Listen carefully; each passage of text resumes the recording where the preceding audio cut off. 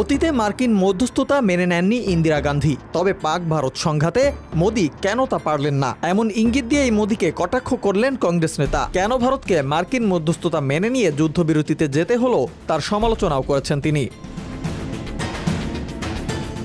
কংগ্রেসের লোকসভা সদস্য কেসি বেনুগোপাল সামাজিক মাধ্যম এক্সে এক পোস্টে তিনি লেখেন, একটি উন্নয়নশীল দেশ হিসেবে আমাদের মেরুদণ্ড সোজা রয়েছে, আমাদের যথেষ্ট ইচ্ছাশক্তি ও সংকট মোকাবেলায় পরিপূর্ণ সম্পদ রয়েছে। এমন সময় এখন আর নেই যে 3 থেকে 4 হাজার মাইল দূরের কোনো জাতি ভারতীয়দের আদেশ করতে পারে। তাই আজকের প্রেক্ষিতে ভারতীয় ইন্দিরা গান্ধীর শূন্যতা অনুভব করছি।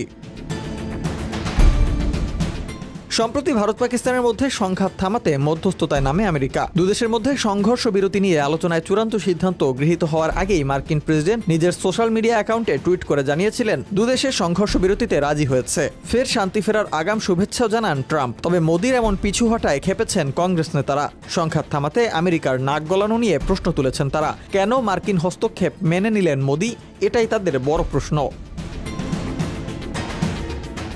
এই প্রশ্নের পাশাপাশি ৭১-এর মুক্তিযুদ্ধে ইন্দিরা গান্ধীর ভূমিকার কথাও বারবারই উঠে আসছে। সে সময়কার মার্কিন প্রেসিডেন্টের দাবি নৎসাৎ করা আয়রন লেডি ইন্দিরা গান্ধীর ভূমিকার কথা উল্লেখ করেছে কংগ্রেস। বাংলাদেশের স্বাধীনতা যুদ্ধের সময় ভারত পুরোদমে সামরিক সমর্থন দিয়েছিল তৎকালীন পূর্ব পাকিস্তানকে। তবে এবার কেন এভাবে থেমে যেতে হলো মোদিকে, তা নিয়ে প্রশ্ন তুলেছেন অনেক ভারতীয় নাগরিক। ওদিকে এমন ঘটনাকে নিজেদের বিজয় হিসেবেও দেখছে পাকিস্তান। দেশ জুড়ে আনন্দ র্যালিও করেছে পাকিস্তানিরা।